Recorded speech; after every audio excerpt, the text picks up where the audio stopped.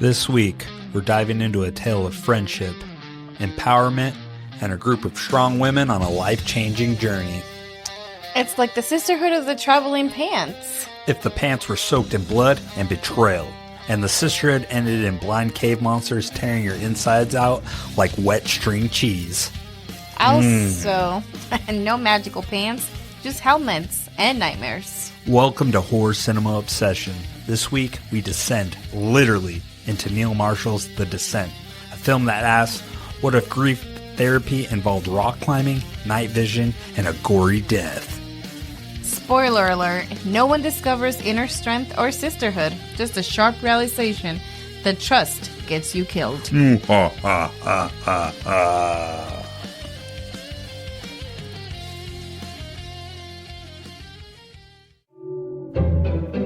Welcome to Horror Cinema Obsession. Here, we dive deep into the chilling depths of horror cinema, from the critically acclaimed scares to the laughably ludicrous, and even the delightfully obscure. Now, let's join our hosts, Richard and Angelus, as they share their love, laughs, and sometimes sheer disbelief at the world of horror movies. Welcome back. This is Horror Cinema Obsession. I'm your host, Richard, and this is my beautiful co-host, the gorgeous, ever-entertaining Angelus! I gotta white it I up. said ever entertaining. Yeah. I gotta bring him on. So welcome back, guys. We got a crazy good episode for you, like the title says, The Descent. This was an awesome one, and hopefully you like the episode. Before we kick off, Angelus, how are you? I'm okay. You're okay? I feel like you're a little grumpy these days. I'm not grumpy. I'm just been exhausted the last 2 days. You're burning both ends of the stick? Yes, I feel like, I don't know if it's because we're taking vacation soon and my You're brain stressing? is checked out. Oh, checked out? Kind of Yeah, like my my friends. No, I don't know. Last night I did not get a good night of sleep. That was an inside joke, guys. I'm sorry. I can't explain.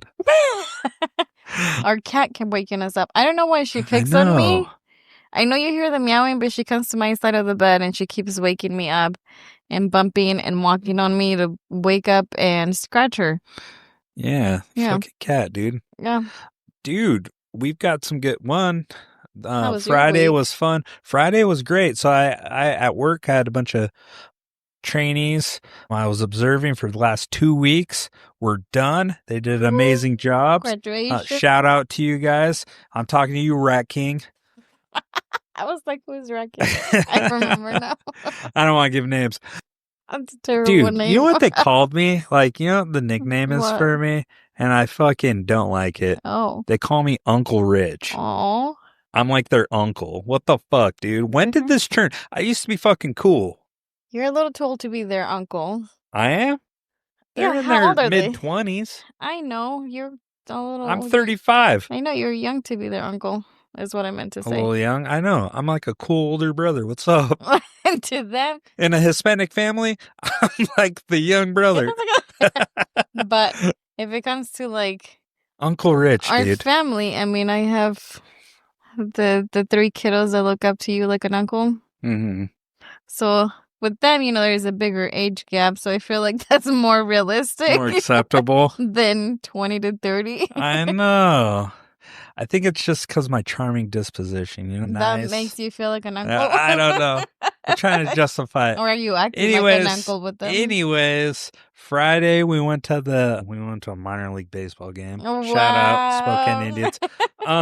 You're- But we had an exciting week. I mean, you had a busy weekend. You had birthdays and shit. And then, we got big news. You got big news? Yeah. Dude, Vienna, our Oh. daughter, she's starting to learn to drive. We almost died today. Okay. So guys, the roundabouts are serious shit, man. She gunned it. She was like fucking Dominic Toretto, dude. She lives her life a quarter mile at a time. It's amazing. We were white knuckling it for a second. But you know what? 2 days in a row we've been practicing. She got better drastically the second day. Yeah, except for that turn. And then the turn and then backing up. But we're getting there, guys. We're getting there. I'm pretty excited about it. I can't believe it. I was She's like, going to be on the road. this is where we flip and trying to grab my stuff I together. know. I'm just glad there's no cars. I was like, I'm just rolling That with was it. a lucky save. We almost didn't have horse and obsession anymore, guys. The whole crew. We can't travel together anymore. I think you jinxed it because you said we all died together. I know. I was like, oh man, Jesus, take this wheel. Take it. But she handled it well after. No, She knew dude. it was scary, but she she did it, and she you know kept it what? together. She didn't panic. She just kept going, and then she drove all the way back. Yeah. So I'm pretty excited. I'm excited for her. Yep. I think she's gonna be okay. Okay. That being said, let's give the audience what they want. That juicy cave dwelling drama. The Descent. So you've seen this before. Or not. You said you couldn't remember. I still can't remember because apparently there was I feel like it would be memorable. the cave. I think I did. It was a one-time thing. Maybe you were talking about The Descent 2 and you were just like, it wasn't the checked Descent 2. It was either that or the cave. There's a movie called The Cave. It came out at the same time as the UK Descent. You chose the wrong one. But I want to say it was this one that I saw. But it's been a hot minute. A hot minute. So how did you feel about it? It was very frustrating. You didn't like the movie? I did like it, but it was one of those movies where I find myself like, why? It's so stupid. Like the decisions that they were making were not. You're not directly facing the mic. Oh, sorry, senor. So apologies, guys, if we're off to a rough start. I think it'll be good. I think I can edit it good. But so you were frustrated and you hated the movie. I didn't hate it. It was just they just kept making poor decisions.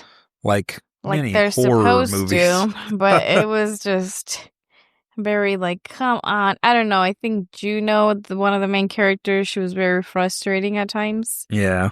I think they all were. Her more than the others, because she took them there. That lying skank. Whoa, I didn't ask. That hood rat. Well, she took them and didn't give them an option to choose where they were going. She lied and deceived them, and it was like, come on, man. Yeah. You can't do this shit. Well, I've seen this movie a handful of times. Surprisingly, I didn't see this back when it came out, but this was in the last 7 years. I think I've seen it a handful of times. Initially, this movie freaked me the fuck out. Like, I was pretty freaked out watching it. Like, the claustrophobia, just being in a cave like that and tight surroundings freaked me out. I did not like it. And then you add cave monsters that are kind of freaky themselves. Definitely makes it easier to feed into it. So I did enjoy it. I enjoyed it now. This is something I'll watch regularly. You will? Yeah, this is like every Halloween we're showing Chancho. So I think it's a good one. We're going to put it in the rotation. So I'm pretty excited about that. Have you watched the second one? No, I don't want to. Everything from what I read, definitely not going to watch it. Okay. It undoes basically what the first one was all about. And it just, I don't know. Maybe I'll watch it at one point, but I really don't want it to ruin the first movie for me. You know what I mean? You know how some sequels do that? Yeah. So yeah. You're not about that life? No. And then here in a second, I'll cover, this movie had alternate endings? I read something. 2 versions. It had 2 versions that I found. But real quick before I cover that, let's just the facts initially. Let's cover that. So the release date in the UK was July 8th, 2005. In the US, it was August 4th, 2006. Yep, a whole year later, because America needed time to emotionally prepare, is what I assume and what I gather. Its budget, did you get that? I did. I was having a hard time because some places, I think most of the places that I could find it was in euros or pounds. So what was it in pounds?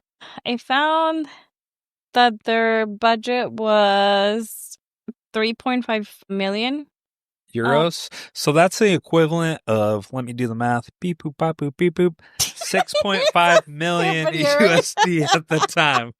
I wish you would have gotten that on camera. I turn over and you're just like poking at your head. I was seeing the numbers. No, I had it ready. I was locked and loaded. I'm glad you said 3.5 euros because that was the math I found. Weeboo, waboo. Weeboo, waboo, weeboo. So, did you find what its box office gross was? Yeah, worldwide, I found 57.1 million Me too. pounds. So, domestic US was 26 million, international was 31 million.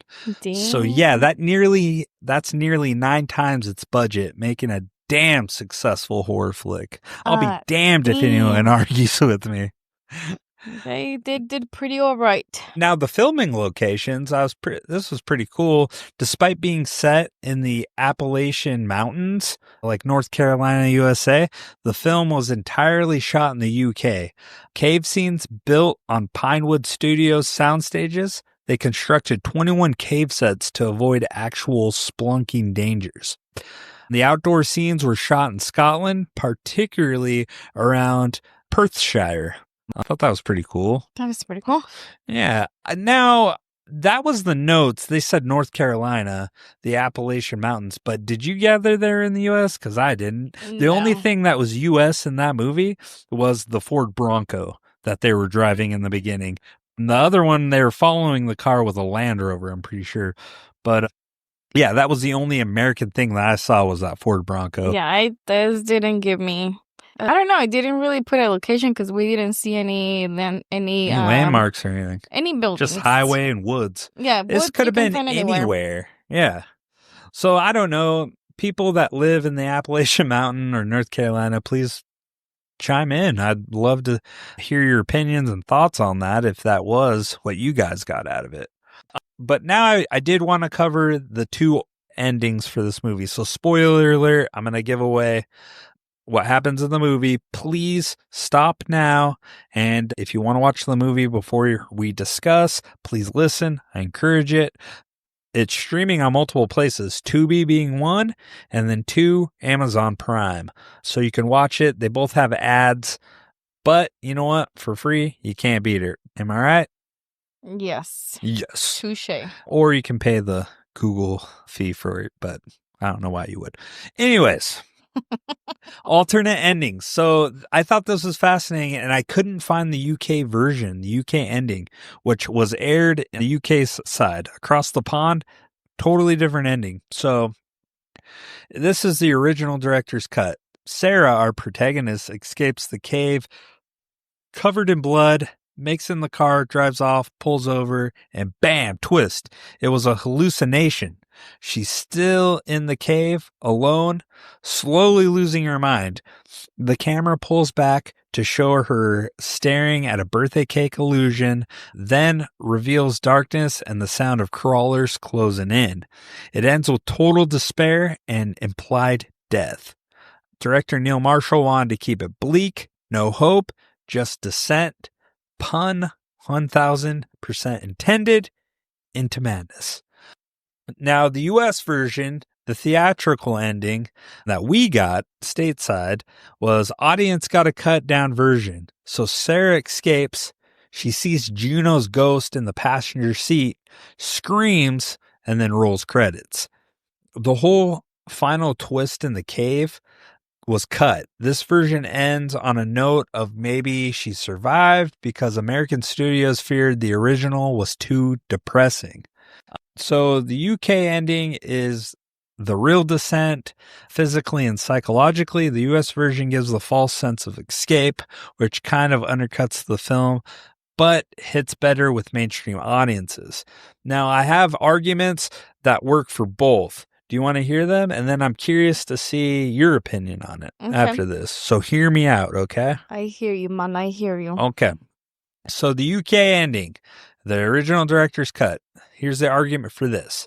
True psychological horror, Sarah never escapes, symbolizing the trauma and grief are inescapable. Thematically consistent, the title in The Descent, and it fully commits emotionally and physically to that title.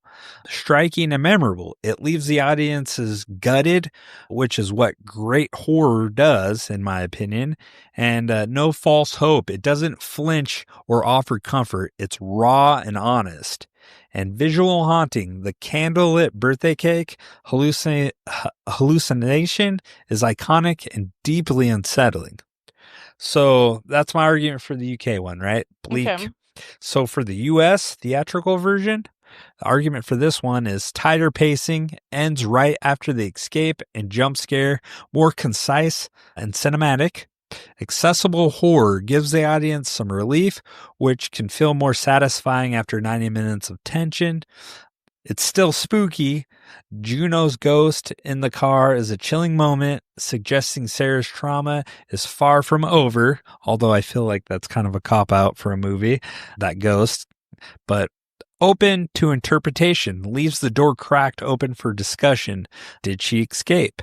Is she haunted forever? Stronger rewatch potential. Some viewers feel more inclined to revisit a film that doesn't emotionally obliterate them. I have to argue that because I love when it emotionally obliterates. I was gonna say something. What? I said your butt. Oh my God. Immature. I know. So with those two, I'm curious to see what your opinion is on this and what you prefer. I think both would have been effective. Both endings are effective. I do feel that the US version could also, I know they were trying to tame it down because they're saying the UK version is darker. I think the ghost was kind of a cop-out. But the ghost, so that to me means like her hell is never over because for the past year she's been hallucinating her dead husband and daughter and hearing at least her daughter's voice over and over.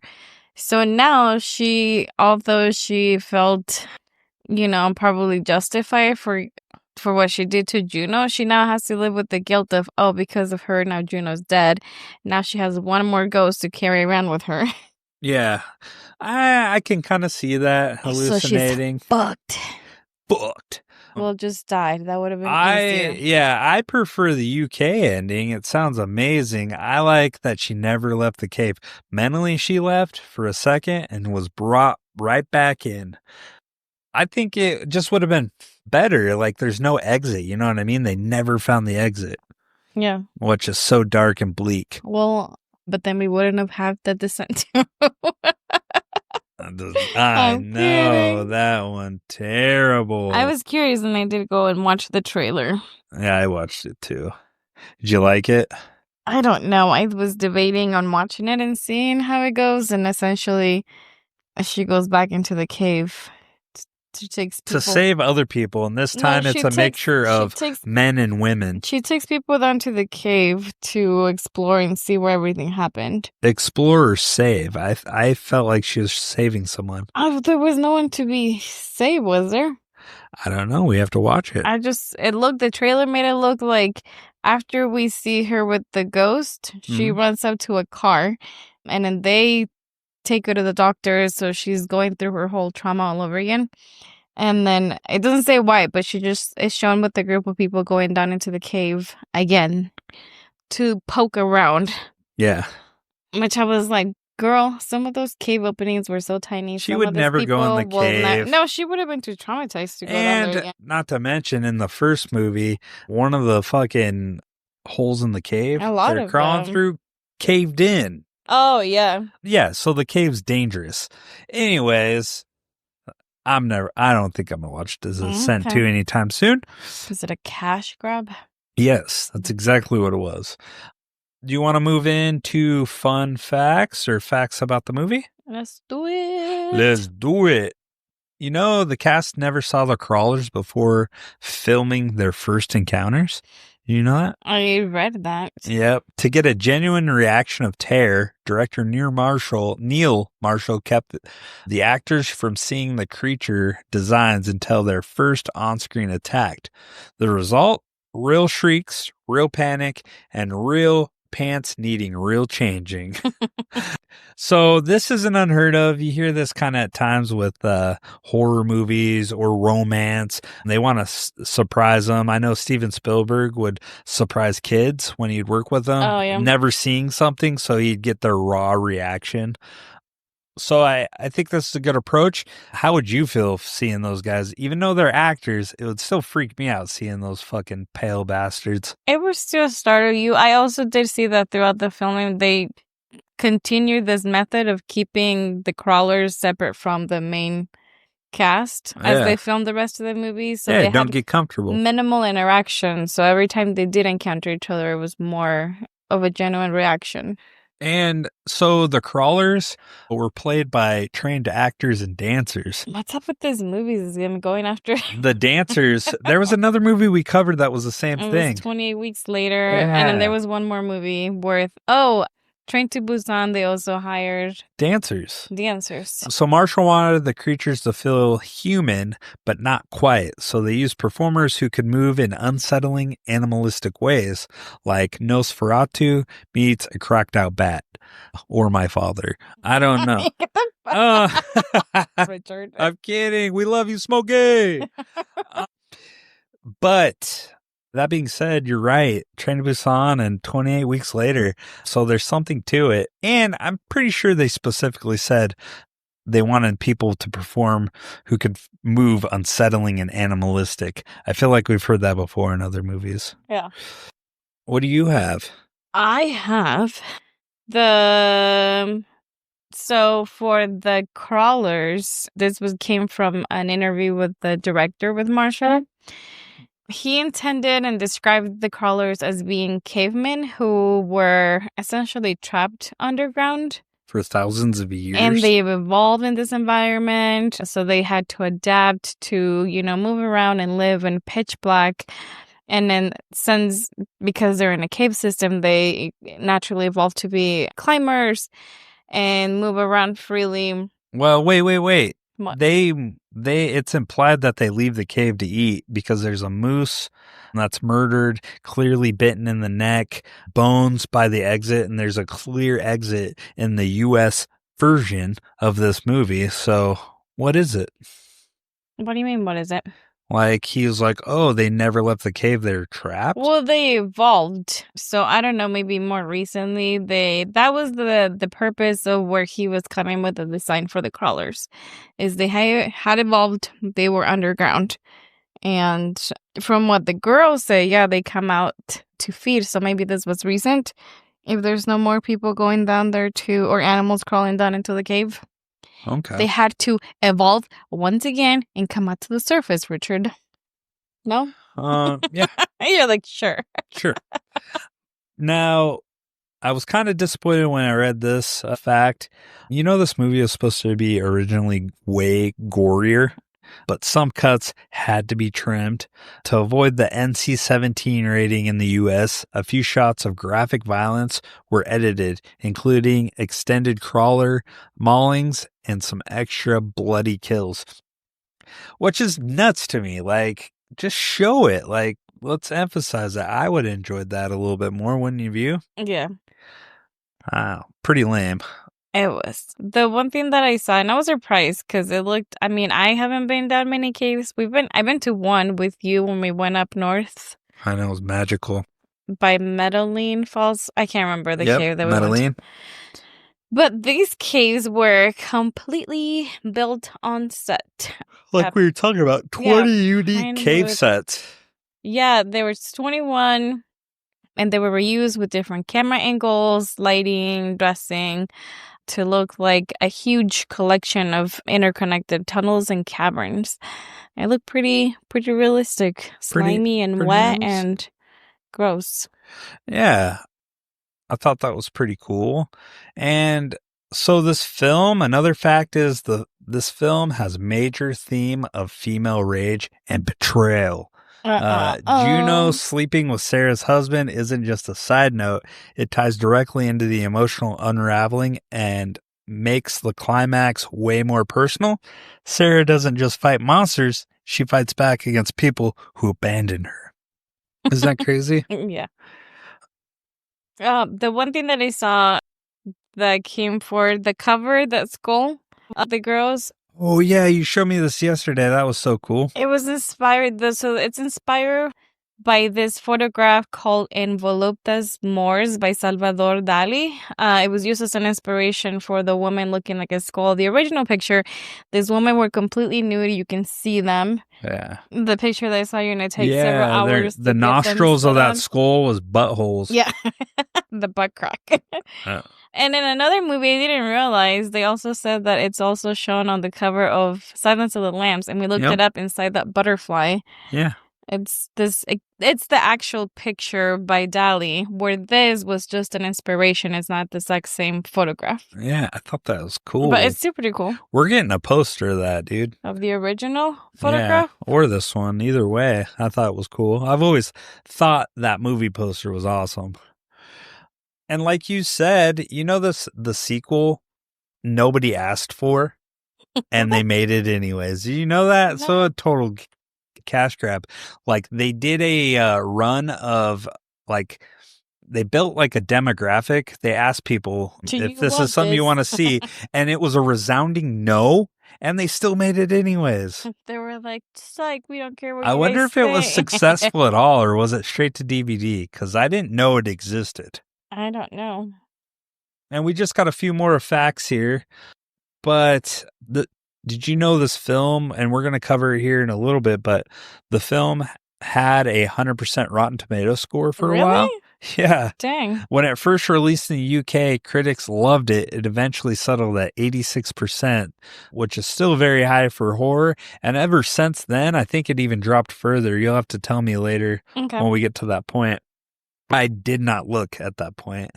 And then the crawlers were designed to be unsettling, not movie monsters. Neil didn't want movie monsters. He wanted unsettling, scary characters. These aren't aliens or supernatural beings. They're just another form of evolution that makes them scarier, to me personally. But I kind of get his vision there. Like, no, I don't want to make Dracula or Frankenstein, Yeah. So I really enjoyed that. Now, before we tie it up, do you have anything else to add? The amount of blood that was used, they used over 1,000 gallons of fake blood for like that pool scene that they had, which I think paid off very well. It was a very epic scene when Sarah comes up and she's just fucking all that blood and covered in it. Wouldn't that blood just kind of clot up and... Realistically, probably would turn gross and dark and dry up. Yeah. Not stay fresh. Well, I guess if cave water was getting into it, then it would have been more diluted, though. Yeah. I don't know. Not as bright red. It was still pretty crazy. Maybe they just did a large kill. I thought it was cool when they were soaked in blood. That was awesome. When she falls into it. Yeah. Completely submerged. And then that other crawler, like, attacks her in there. I thought that was pretty awesome. Should we take a quick break? Let's do it. All right, we'll be back with obituaries. Welcome to the part of the show where the cave finally goes quiet, where screams fade and bones settle. This is obituary segment, a little corner of the underworld where we honor the fallen, one brutally honest eulogy at a time. Because in the descent, death doesn't come with dignity. It comes with broken spines, crushed dreams, and a blind creature gnawing on your femur like it owes you money. So light a candle, lower expectations, and join me, or join us, as we pay tribute to the shredded, the betrayed, and the ones who learned the hard way that trust will get you killed quicker than a dead flashlight. Let's begin. Our first obituary is for Beth. Best friend, truth teller, collateral damage. Beth was the kind of friend who followed you into the abyss without question. Fucking love you, Beth. Unfortunately, that abyss included blind cannibals, zero exit strategy, and Juno's emotional dysfunction wielding a climbing axe. She caught a pig to the throat, not from a monster, but from the person she trusted the most. Classic Juno. Beth didn't die screaming, she died knowing the truth. That loyalty gets you left for dead, and Juno handles guilt about as well as she handles friendships, with immediate denial and a full sprint in the opposite direction. Her final breath wasn't a scream, it was a whisper, a name, passed like a curse secret to Sarah just before she got rock-piled like yesterday's regrets. Survived by a bleeding neck, one ruined friendship, and the unfortunate habit of trusting people with sharp objects and emotional blind spots. Final resting place, somewhere under denial, deception, and a metric ton of limestone. Rest in peace, Beth. Rest in peace. Wow, that was very heartfelt. Very long. I was feeling it, man. Next, we have Sam. Med student. Overachiever. Crawler bait. She was really going places. Sam was the kind of person who chased excellence. Right up the rope. In the middle of a monster-infested nightmare. She almost made it, until a crawler turned her vertical ambition into a freefall spinal fracture. Her final moments were a tragic cocktail of grit, bad timing, and the hard truth that med school doesn't prepare you for cave-dwelling cannibals. Survived by a sister, a mountain of student debt, and the cruel irony of dying mid-rescue attempt, only to become a literal tool of escape, because in the end, Sam wasn't saved. She was used, like the world's most traumatizing climbing anchor. Rest in peace, Sam. Rest in peace.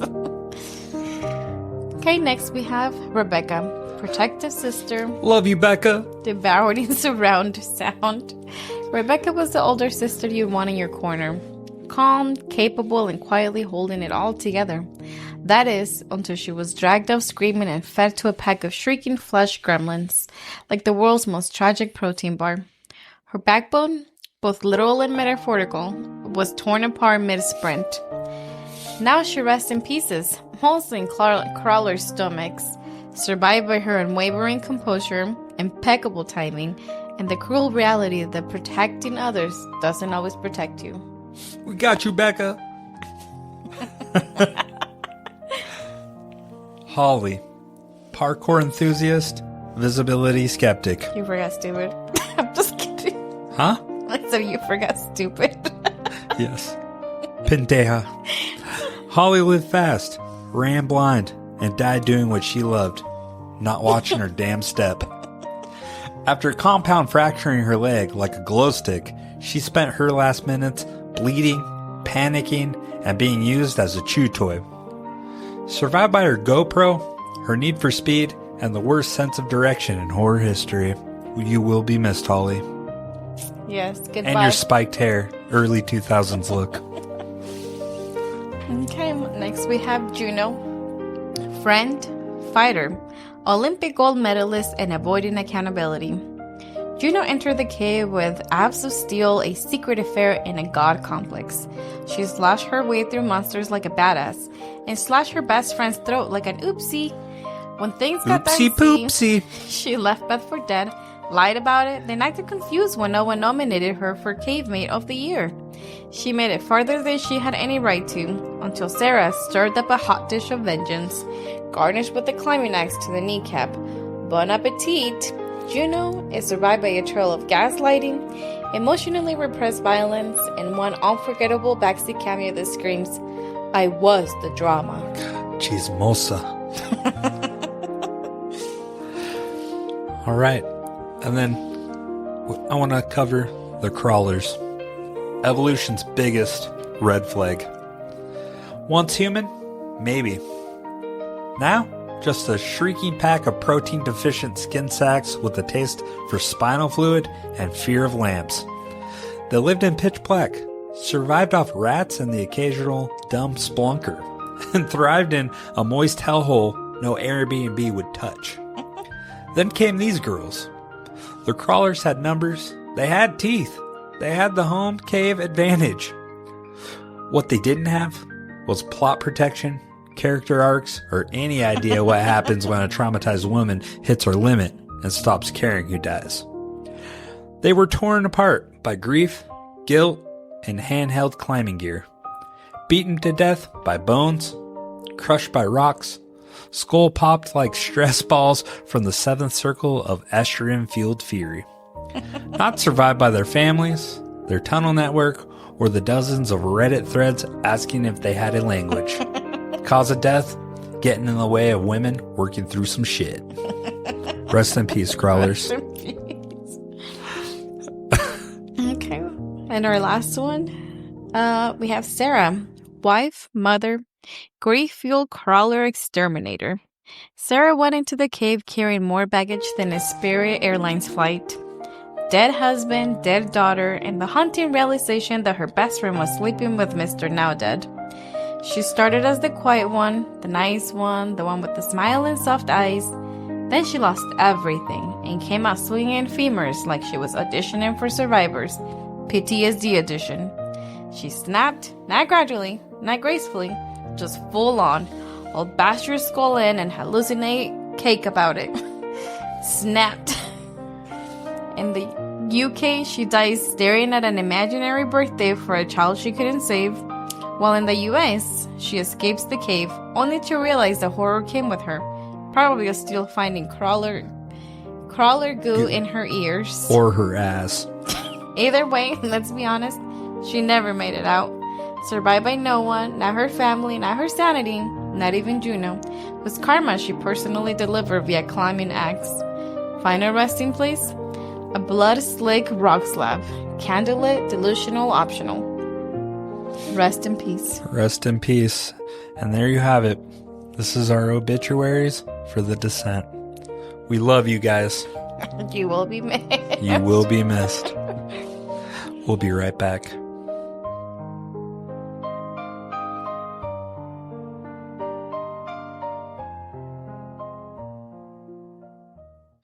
All right, we're back.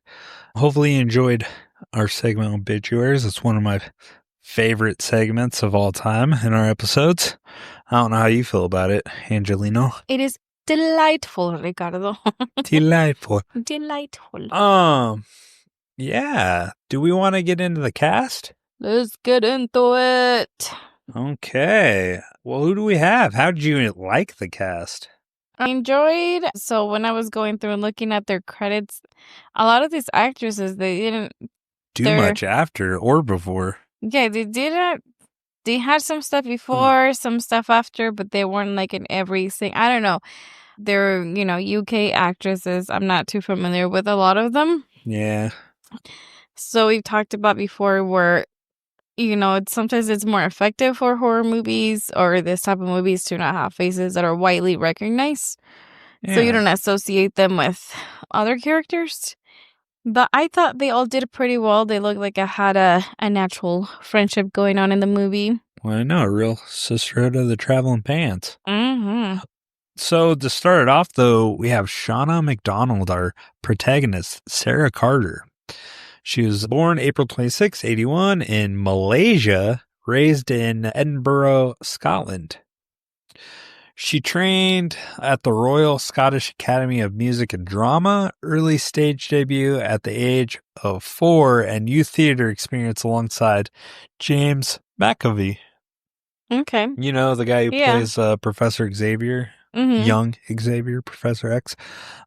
So the credits I do have for her is the Descent, the Descent 2.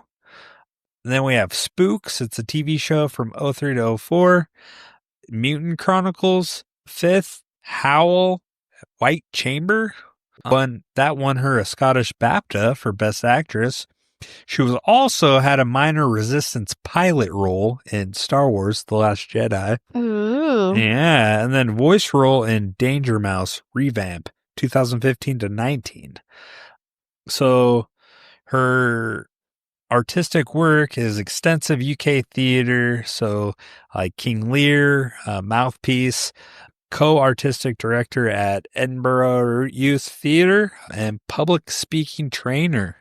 Okay. Is what I found about her. So she had a lot of credits, but I haven't seen her in anything besides this movie, really. And then Star Wars: The Last Jedi I watched, but obviously I didn't recognize her. Okay. In that minor pilot role. From anywhere else. Next, we have Natalie Mendoza as Juno. Some credits that I have for her God, she plays an amazing hood rat. Jesus, she was not a hood rat. Moulin Rouge? How do you say that? Moulin Rouge? Yeah, in 2001. How do you sing the song? Voulez-vous? Says what? C'est soir. My sisters. You want to give it a go? Cheeky. Yeah, ta. Just go listen to the song, guys. Ooh, baby mama. I just remember that being 12, I think, 12 or 13. Watching I'm like, all of them in lingerie. Yeah, I was like, damn, Gina. Oh my gosh.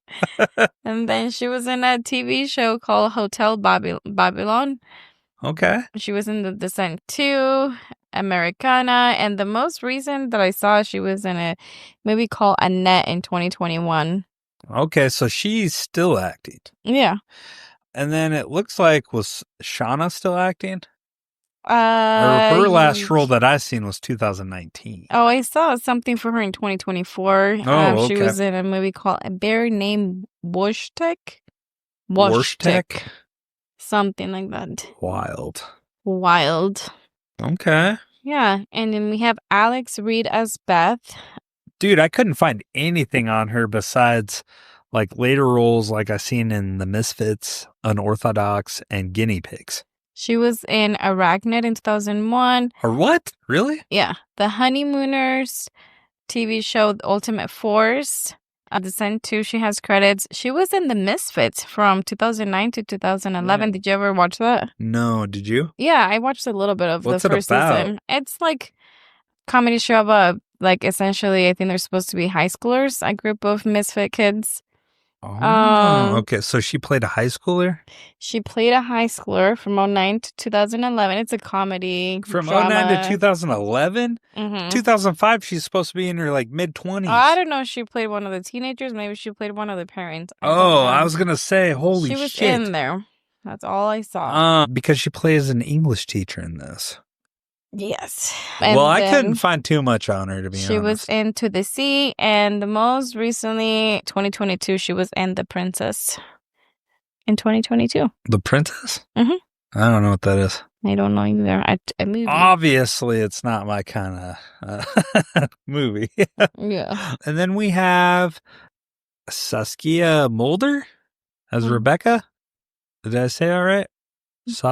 Saskia Mulder? I think so. Yeah, so she's a Dutch actress and model. Her credits is The Descent, and then she has supporting roles in The Beach in 2000 and series The Book Group from 2002 to 2003. Again, I didn't find much on her. What do you have? I didn't have a ton. I saw she was in another film called Eigenheimers in 2006, and the last recent thing I found was The Descent 2 in 2009.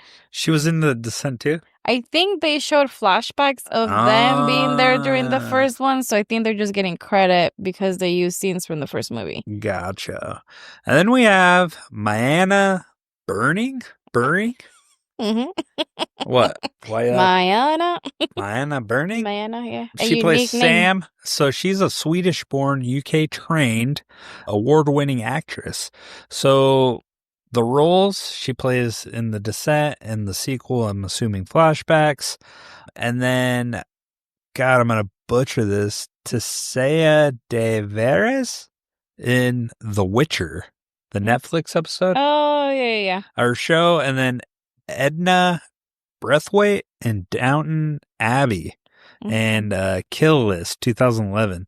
So not a whole bunch of credits. She was in the Twilight Saga, Breaking Dawn 1 and 2. Oh, was she? She played one of the vampire wives, right? Something. Maybe that sounds kind of. I don't know. Yeah, she was in that. Did you say The Omen? No. In 2006. She was in The Omen? Yeah, Devil's Playground in 2010. Wait, Devil's Playground? Mm-hmm. And the most recent thing I have for her is in 2025, a film called Last Breath. Oh, okay. So she's still acting. She's still active. And then we have Nora Jane Noon as Holly, the rebel. I remember. So yeah, she's looking like Johnny Rotten in this movie. no, the Misfits, they get like this. Sorry, I was circling back. I couldn't let it go. Okay, so the Misfits, what's her name? That plays Beth? Alex Reed. Yes. She was in the Misfits. I can't find her role, but the Misfits, they're like superheroes. They're like your hood.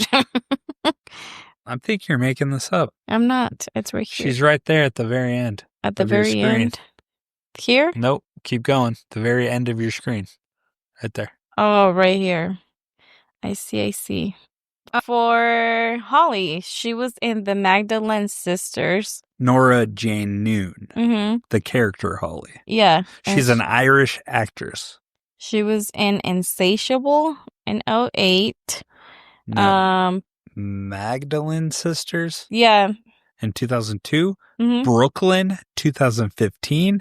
Jack Taylor TV series. And then 12 Feet Deep. That sounds familiar, but I don't think that I've ever seen it. Yeah. And then I've heard of 12 Inches Deep, but Jesus, Richard. More recently for her, just kidding. She was in Bring Them Down in 2024. Oh, okay. Mm-hmm. Again, I don't know. Didn't really resonate with you? No. Okay. Was that it for did you have the actor of the husband or the daughter? I only added the name of the husband. His name was Oliver Mulburn as Paul. He was in Byron, The Royals from a TV show, and then he was in one episode of The Crown in 2020. Ooh, that's cool. Yeah, I didn't get his name. They were just kind of afterthoughts, the daughter and her.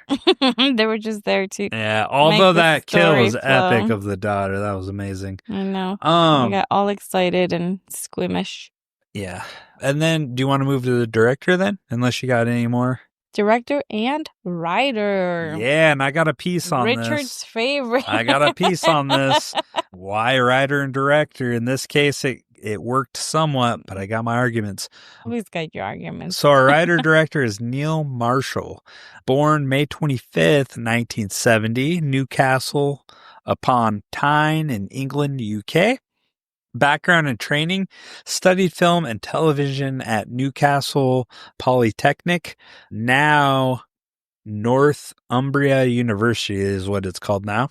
Okay. Early career involved editing, writing, and low-budget production work. Cites John Carpenter, George Miller, and Ridley Scott as key influences. And his directorial debut, and I knew this, for some reason I seen the shitty movie Dog Soldiers in 2002. Have you ever seen that? Why does it sound familiar? I'm sure you've seen it on our Google, like a picture of it. But I've seen this, and I seen it in 2002. I don't know how or why, but I watched it and was not impressed. Although people do think it's a cult favorite, it's a military versus werewolves, a horror action hybrid.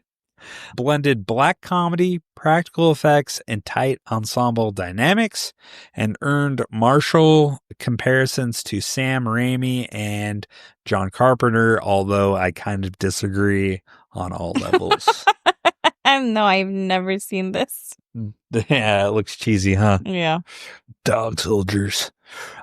So his breakthrough, though, was The Descent, noted that he wrote and directed. For its all-female cast, claustrophobic horror and emotional depth became critical and commercial success, and it grossing $57 million on a $6.5 million budget, and won Best Director at the British Independent Film Awards. So I could see that, though, for this movie. It was pretty shocking. It had that value to it, you know what I mean? Yeah. So other key films that I have for him is Doomsday in 2008. It's a post-apocalyptic action horror mix set in quarantine Scotland. It's a homage to Mad Max, Escape from New York, and Excalibur. It's supposed to be divisive critically, but embraced by genre fans, and favors closed environments that heighten paranoia and group breakdowns. Caves, forts, medieval outposts, bunkers are kind of his things in his movies. Although I don't think I've seen Doomsday. Have you? I don't think so. Well, look her up. I know I haven't seen it. Doomsday. This was in 2008. Yep. Anything good? I don't know. It looks cray-cray. It's got Kate Beckinsale in it. Is that who that is? Maybe? No, I don't think this doesn't resonate. Or Mila Kunis? No. I was The like, lady who plays in Resident Evil or whatever. It has Rona Mitra, Bob Hoskins, Alexander Siddig. No, you're good. I thought it was someone else. So, yeah, that's all I have. Do you have any other movies that you directed? I think you already touched on Hellboy. Nope. I haven't. Yeah, 2019 he directed That's Hellboy. Right. What do they call that? It wasn't the original. It was a sequel. Is that what you're No, it wasn't the sequel. It was like a reboot. Oh, okay. Yeah, which I don't know if I think I kind of liked it. Okay. It has what's his name from Stranger Things, the cop. Oh gosh, what's his name? David Harbour. Yeah. Oh, he plays Hellboy. Yeah, and David Harbour in that one. I think it's all right, and they've since rebooted it again. I don't know why they can't figure out Hellboy. And did you like the Guillermo del Toro original and its sequel? I don't think that I've seen. I think I've seen one Hellboy, whichever came out in the early 2000s. Yeah, the original. I enjoyed it. I enjoyed both of them, to be honest with you. Okay. Yeah, TV shows I have that he's directed like episodes on Game of Thrones. Black Sails, Constantine, Hannibal. He directed a few episodes. Damn, some critical. Timeless, Westworld, and more recently Lost in Space, which I think I've seen a lot of the shows. Yeah, I did enjoy Lost in Space. Yeah, they were pretty good. Those are pretty good shows to be on. So the dude knows what he's doing. I assume Doomsday probably is fairly good. Mm-hmm. Now, again, he was the sole screenwriter for this entire script. He also conceived the story after the success of Dog Soldiers and wanted a female-led horror film that blended primal terror, emotional trauma, and monster mayhem. Marshall has said in interviews that he intentionally avoided male characters to subvert expectations and draw attention to female dynamics under extreme stress, especially grief and betrayal. Wow, very proactive. He's a trailblazer. Look at him go. His inspiration and developments. So Marshall was inspired by classic monster films like Alien 1979, particularly in how it used confined space and female leads. He also took from Deliverance 1972 for its theme of survival and psychological collapse. Real-life cave diving documentaries, which he found horrifying on their own. He worked with real spelunkers and climbing experts to ensure authenticity in the cave sequences. Thought that's pretty cool. Yeah. And then again, his screenwriting approach, he deliberately made the first half of the film a psychological thriller. So it's a slow burn tension. You have that grief and then claustrophobia. Then halfway through the movie, the tone switches to full-blown creature horror, which was designed to shock audiences and flip genre conventions. The script was designed with dual meanings. Everything that happens could be real or could be Sarah's breakdown and hallucination, which makes the story deeper than your average monster flick. Did you get a lot of psychological? I think he was trying. I didn't get it. I knew she was kind of, they also say they give you a little knowledge dump in caves where they're like, you might start hallucinating. Oh, as they're walking So I think with the trauma, she was already kind of having nightmares and stuff. I think that was part of it. But it didn't have that effect on me that she was hallucinating any of the cave. To me, she was just in pain. Well, she was in pain and she was hallucinating her daughter. Mm-hmm. I got that part, but throughout that, I never thought she was just stuck in her head. No. Because that's pretty vivid shit to start thinking about, cave people and all that is pretty detailed. Yeah. So I didn't get it out of that. Now, I did want to cover writers, directors, and how it could be a double-edged kind of sword. We've covered this in the past. You guys probably know how I feel about it if you've listened to previous episodes, but I kind of wanted to do a deep dive. I thought about it and I wanted to kind of put it on paper. So let's acknowledge the upside of writer-directors. Writer-directors can produce incredible results. For instance, it could be like cohesive vision, strong emotional tone, no creative tug of war with anybody else. So examples would be Jordan Peele's Get Out, Ari Aster's Hereditary, Robert Eggers' The Witch, and then here Neil Marshall's The Descent. But then there's downside when no one says no. So lack of creative pushback equals weak spots staying in. When you're both the writer and director, there's no one to challenge your blind spots. Dialogue that sounds deep in your head may come off clunky on screen, which we've seen quite a bit. I think you would agree.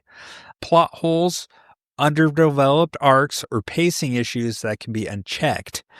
And nobody's saying, hey, maybe don't kill off the emotional anchor of the movie in the first 30 minutes. So I think you can agree with a lot of those in some movies, right, that we've covered. Yeah. It Follows, ring a bell.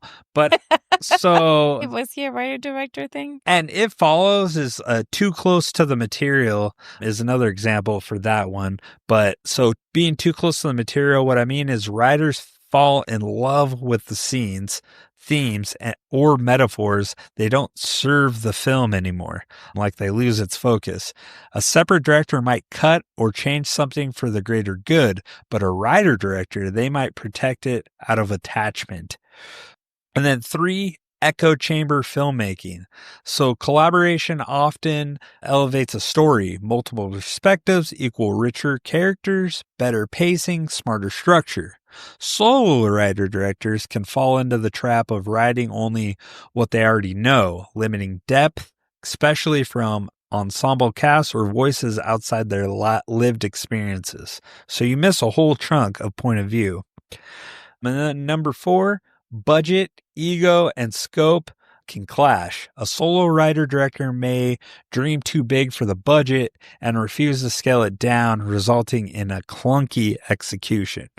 Or they may overcorrect, cutting corners where the second voice might fight for creative problem solving, which I think I see more than anything. Mm-hmm. So real world examples.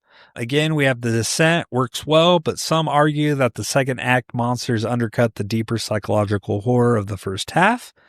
The Reckoning in 2020, also by Neil Marshall, written and directed by Marshall, and widely criticized as unfocused and indulgent. And indulgent is a key word for these director-writers. Point being, Halloween 2007 and The Munsters 2020, I think.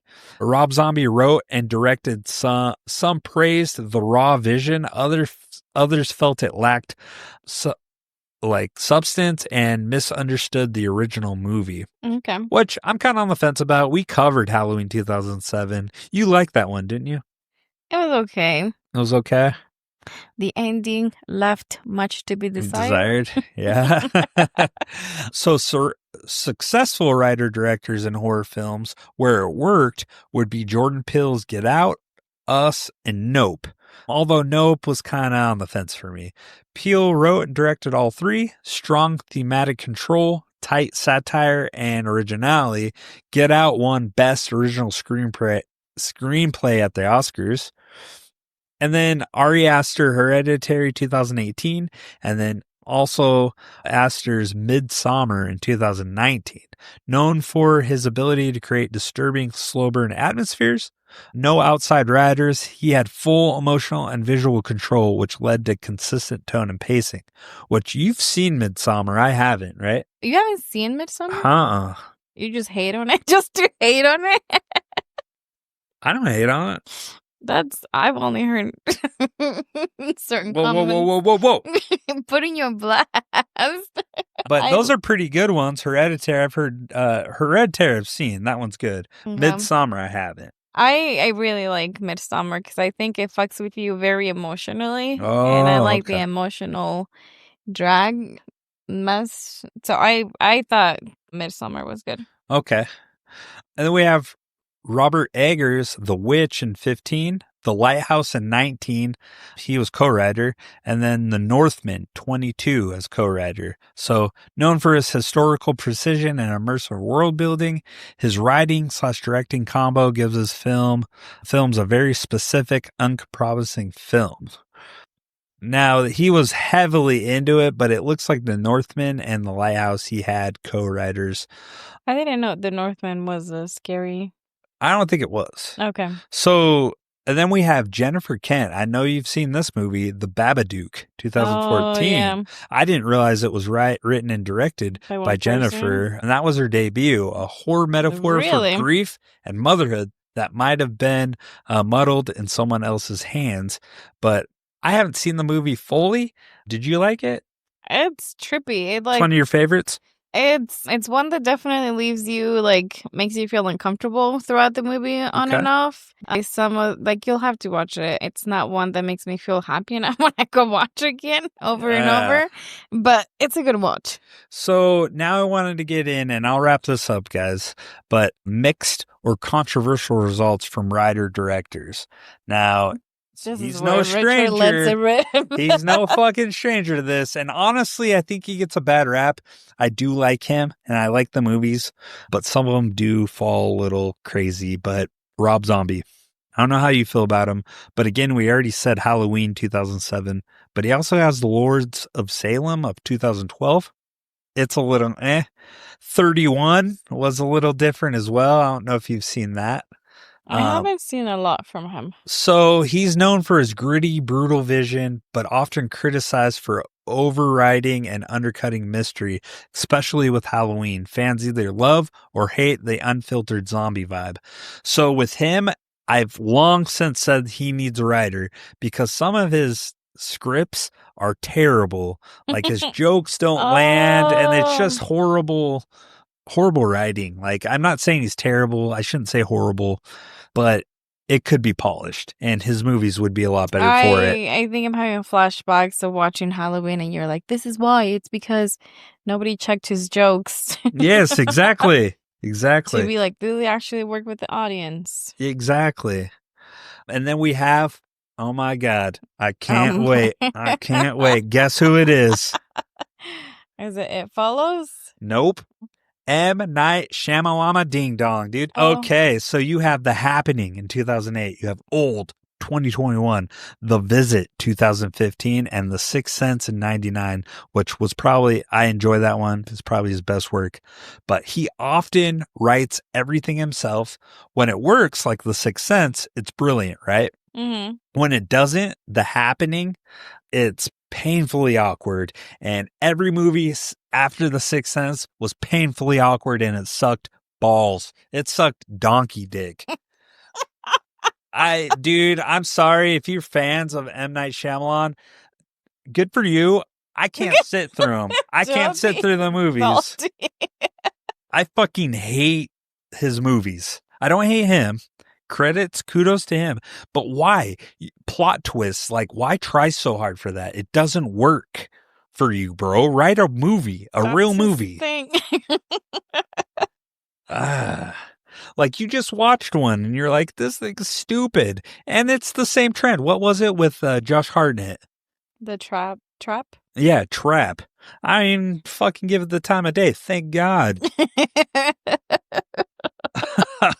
So, yeah. And then obviously less successful examples. So these are the bottom of the barrel. Damn. For me. Okay. Where maybe a co-writer would have helped. And Ty West. So this one, The House of the Devil in 2009, I actually didn't mind. It wasn't terrible. Then why is it at the bottom? So wait, The Innkeepers in 2011, X in 2022, Pearl in 22, and Maxie in 24. I don't like any of those. Okay. Strong stylist, but some argue his pacing suffers without outside input. Pearl is co-written with Mia Goth, was considered stronger than some of his solo works. But I would have to argue that, did you like X? That was the one where they're shooting a porno on the farm. I was very confused by that movie. I didn't like it. I thought it was stupid. I thought it was supposed like I went into it thinking it was gonna be horror, but And it was. It had slasher to vibes. a degree, but I don't know. The story didn't flow. Yeah. For me, like it was kind of confusing. You know who likes think they were it? trying You to know who likes it? Vienna Yeah. and the Gen Zers, man. I get that they were trying to like confuse you with the story, but I was like, It wasn't why is confusing. It was the just same? stupid. Like, you were confused, but I was just fucking like, okay, this is a cool. It was predictable. Well, I was confused because it was Mia playing multiple characters, and I thought she was like playing an older version. I don't fucking know. Yeah, and then Pearl and Maxine. It I was just haven't seen weird. Pearl or Maxine. Yeah, I tried watching Maxine. I just couldn't get through it. But shout out our Scream King, Kevin Bacon. He was in it. Yep. Mm-hmm. And then we have Oz Perkins. So you remember him recently in The Monkey. So he has had The Black Coat's Daughter and I'm the Pretty Thing That Lives in the House. So those ones are slow, moody horrors with deep metaphor, but often polarizing due to pacing and ambiguity. Now, his recent one, The Monkey, a lot of people are shitting on that one too. Although I enjoyed that one quite a bit. It was okay. You didn't like it? It wasn't my favorite. Okay, so what this shows is having one voice right and direct can lead to powerful, focused horror when that voice is sharp, but it also can lead to overindulgence, pacing issues, and unfiltered narrative clutter when there's no one to challenge the ideas. I'm talking to you, M. Night Shyamalan. I'm talking to you. You're going to write him a letter. I already have. I've sent him. I send him an email every month. How much I despise his movie making. Oh, wow. Pretty sure I'm on a list now. Oh, do not contact. Yeah. Anyways, thank you for letting me indulge on that. I'm sure this won't be the last time you hear about it, as horror often serves up writer and director. I get it. It's a platform that gets a lot of people started in their careers, but God damn it, I wish they would learn. Do you want to take a quick break? Let's take a break. All right, we'll be right back. 6 women, 1 cave, no exit. And by hour 3, someone has mud butt. It's not her fault. The walls were moist, the fear was real, and she trusted a fart. But with Cave Sisters' deep core cleansing wipes, she's back to feeling like herself, not like a compost heap in yoga pants. And for the once-a-century level of body odor, try our sub-terrible Bio Neutralizer Spray. Formulated for situations where you've sweated through your skin and your soul. Because the creatures might not have eyes, but they sure as hell have nostrils. Cave Sisters, stay fresh below or die trying.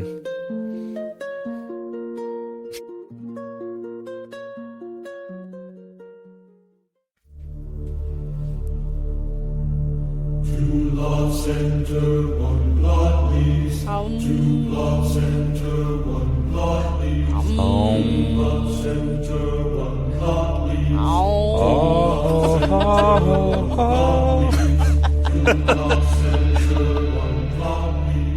We have fun with it.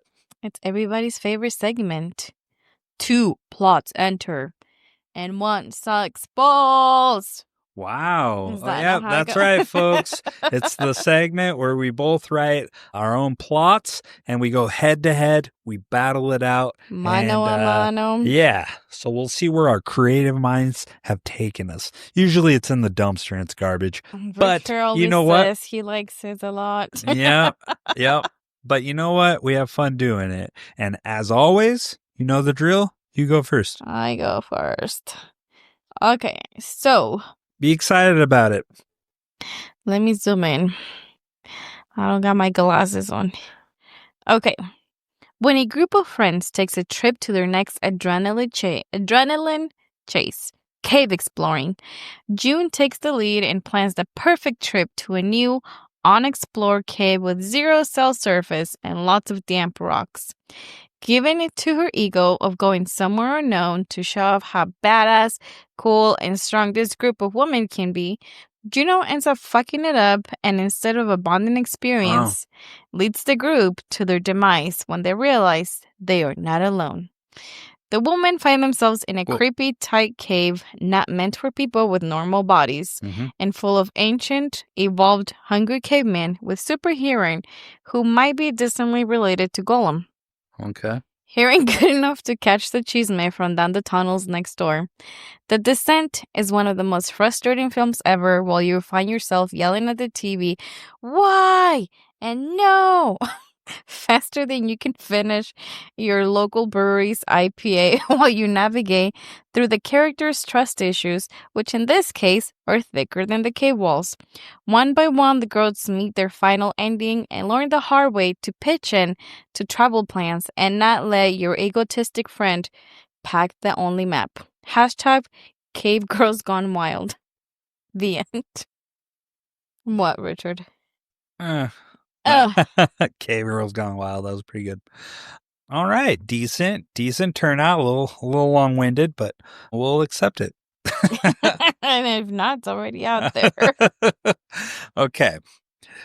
6 women head into an unexplored cave for a little bonding and healing because nothing says girl power like claustrophobia, total darkness, and unresolved emotional baggage. Talking about you, Sarah and Juno. Our main girl, Sarah, she's grieving her daughter who was impaled in front of her in one of the darkest child deaths in horror history, right as her husband, who was secretly banging her best friend, exploded on the freeway. That best friend, Juno, a thrill-seeking, ego-driven skank who planned this whole nightmare trip and might as well have handed everyone personalized death certificates. What follows is broken bones, betrayal, and cave-dwelling inbreds with Olympic-level murder instincts. This isn't a survival story. It's what happens when trust goes extinct. Underground. Hashtag Cave Girls Gone Wild. What the fuck?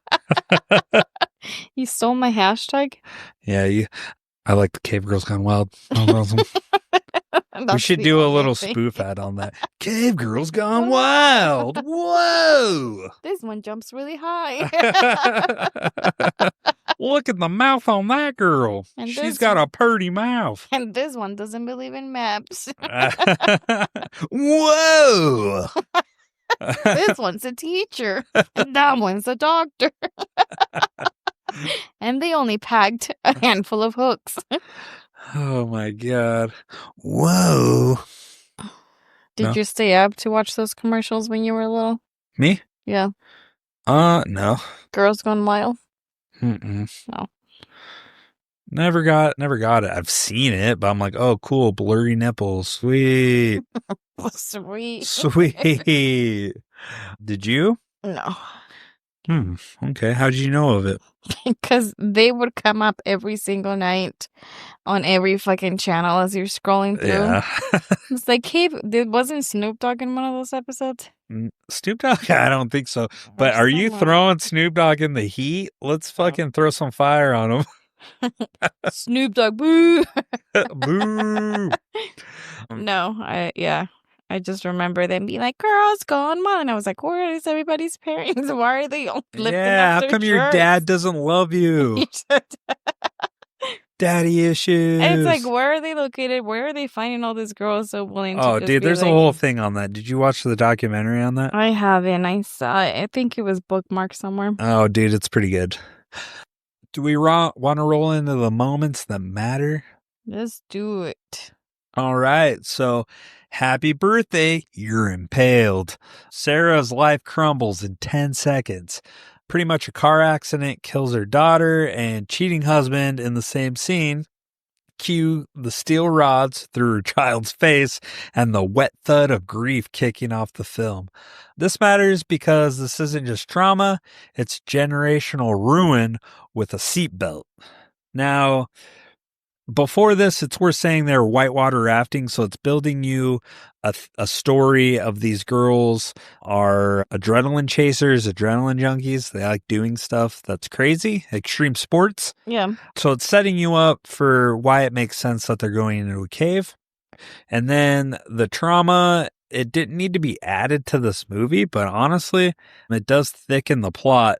And I'm not going to lie, I was enjoying that cheese may, baby. You like the cheese man? Oh, yeah. And Juno, that cheese mozo.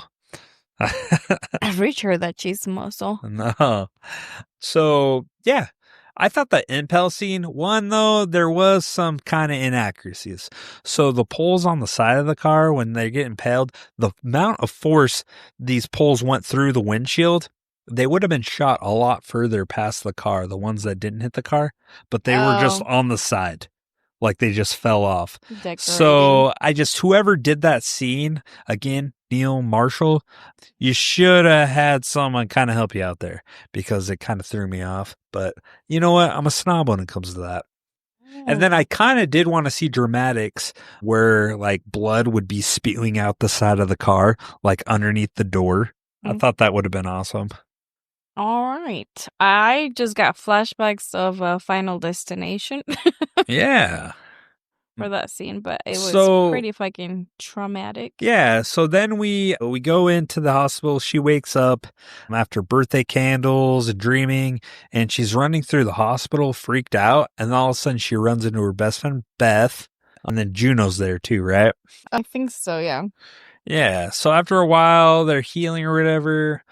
Then Juno leaves, but then the next scene, is it Juno convincing everyone to explore an unmapped cave system? Like to go spelunking? I thought they just show up. Like this plans take place, but then they show up at a cabin. Yeah, they're driving to the cabin, and Beth and Sarah are talking. They're like, yeah, Juno's such a bitch, blah, blah, blah. She should have stayed, but she just leaves. But no, like they're gossiping. Part of the gang, like leaving after Sarah's incident? Yeah. Oh, okay. So Juno does have a reason to do something they'll remember. She's the real ego chaser and adrenaline junkie. So basically when Juno comes in to the cabin or whatever, it's setting it up. They're talking about what the plan is. Yeah. They're talking about a cave. I forgot what cave, but it's not the cave they're going to now. No, she made them all believe they're going to this one cave like that's well known. Yeah, one that's well known, that's been explored. They're supposed to have a book for it, and a map. And then I'm assuming it's some sort of emergency or like park ranger kind of system, like supposedly. Well, yeah. So when you do that, when you go out hiking or in this case, going in a cave, you're supposed to put a report. So that way, if you do not show up in the time frame you talked about, like, hey, in 3 days, if you don't hear from me, come look for me. Come find me. Yeah, they do that. So the fact that Juno, she's supposed to be this experienced person, but then she does something so stupid as that is a huge issue. I don't know why they would do that. Why not report to the actual place you're going to? Even if you didn't tell your friends, at least tell the actual place, Yeah, your area. The department where you're really going. Very dumb. Unless you needed a permit or she had no permit to go in there and they would have just not let her go. Yeah. But still, make the safe decision for the group, not just for you because you wanted to go conquer something that no one's ever known or been to before. So they end up going a ways away and they find the hole in the ground. So they go in, right? They dive in, they're amazed. They're like, holy shit, this is amazing. They're all like enthralled with the cave. Holly's has her camera. She's videotaping everything. Even Sarah's like, wow, this is amazing. They start going through it, right? And then they quickly are getting lost and they kind of take a break. And even Juno, she like apologizes to Sarah, which you don't know why she's apologizing, but then you find out she's just a cheating ass hoe, and fucked Sarah's husband. So that's why she truly is empathetic or sorry. Yeah, but I think it's slightly insinuated at the opening scene as well. The way that her husband talks to Juno. They exchange eyes. Even They Beth keep looks each over. She's other. like, what the fuck? You lying whore. And then how Sarah finds out truthfully that Juno is sleeping with her husband, or did, was she got a keychain from him that had his saying in it. Oh, yeah. So as they're What going was it? It was through like Live, eat, pray, Life. love or some shit. Live, laugh, love. I don't know. No, some stupid It was Walmart like saying. live life or something like that. Yeah. No regrets. I don't know. Vile con Dios. I don't fucking know, dude. I feel like you should make your own at this point. No, we no, should. but they stop. And this is the thing. So as they're going down, I think this kind of bugged me about the movie. They're going through. Mm-hmm. They have very little. Please go off, Queen. I want to hear you just tear this fucking movie apart. They have very little to no equipment on them. Like at one point they had a bag with ropes. It was like the size of like a small thing that you pack with those. Didn't look like very much. Fluffy. No, and that's all they have for 6 people to get through. But you're supposed to believe that they also have food packed with them and that they're going to fit through these tiny little holes as they have food and ropes and everything packed. They have no water. Like as they're going up, they're like, oh, this is where you talked about how they do a dump of you may experience dehydration, hallucinations, paranoia, claustrophobia. Yeah, they give you a dump on once they can get in there. Cave info. I didn't see any of them carry water. Did you? Yeah, they're drinking that blood water. To a cave they've never been to before. You don't really know how long you're going to be down there for. Like, it could be a day. It could be hours. It could be a whole day. But they don't know. They think it's just a day excursion in the well-known cave. Juno, stupid. Why would you let them go to a cave not knowing and carry, no food and no water? And no extra batteries. What the fuck for their fucking lamps and shit? Yeah. I was like, what the hell? Stupid. So we see them. Do they find out that this isn't the cave system they thought they were in? Not yet. Here? So they make it through one hole first, and it's so tiny. Is this the one that caves? Yeah. So in here, they all make it through, right? But Sarah gets stuck. She's like hyperventilating, having a panic attack. Mm-hmm. Somehow, though, and you pointed this out, and I thought this was dumb. How did Beth turn around in that tight-ass fucking cave? It's a one-way system. It's so tight, and then Beth is like, everybody's struggling to get through it, and then she somehow turns around. Yeah, and then next thing you know, they're like touching phases, and I was like, how the fuck did she do that? She go to the top and then turn around, and then she backed it up? No, in the movie, it does show her turning around in there, but how the fuck you got all that room now all of a sudden when no one else did? Yeah, and then you all are the same size. And when she came out, did she come out like legs back and pushed like... Yeah, how'd they escape so fast? I don't know. So anyways, she's like, how do you make a lemon... What are you fucking talking about? What was the joke she was trying to say? Oh, Climax she was trying to distract her, and she said, how do you make a lemon orgasm? She said, you rub its citrus. And so then they share a little laugh, a tee, taha. But then all of a sudden she's like, "All right, let's go." And then take it slow and steady. And all of a sudden, this cave that's been here thousands of years starts to collapse at this specific moment. Are you fucking kidding me? Like, I'm like, this is stupid. And then she's like, "We gotta go now." And after this, they lose their bag of ropes. Oh, yeah. They leave their only bag of ropes behind. This is solely just for plot convenience, is why they made this cave. And then this is where they come. They're like, oh, it's okay that collapsed. They're like, Juno has a book, right? And she's like, oh, actually, no. And they're like, where's the map? And she's like, I didn't make a map. And someone else calls her out. I can't remember which girl. She's like, why wouldn't you have a fucking map? But idiot? It's a different girl. And she's like, you didn't bring shit. This is not the right cave, are you? And you didn't tell them the right place where we were going. And she's like, I just wanted to do something cool. And they're like, no, you're not. Well, together. Cool. And Sarah's like, no. And she's like, I want to name it after you. She's like, no, you don't. Or yourself. Yeah, she said, you want to name it after yourself? She's like, she keeps trying to explain herself. And she's like, like, she's a good person. I just wanted us all to discover something that's never been discovered before and then name it together. Yeah. I thought that was stupid. Okay, where's the extra water and the extra supplies, Juno? But that caving in that hole, that's as worse as a fucking information dump. Like, you know what I mean? That convenience right there. That's where a co-writer could help you upgrade the script there, because I just feel like that didn't belong. Yeah, so this is where the tension starts, because the girls are starting to get worried. Nobody truly knows where they are because Juno lied to them. And she's stressing out. She's still up until this point. So in a cave, to find the exit, she's using a lighter and she's seeing if it blows out or if it's blowing a certain direction. That tells you there's airflow and probably an exit.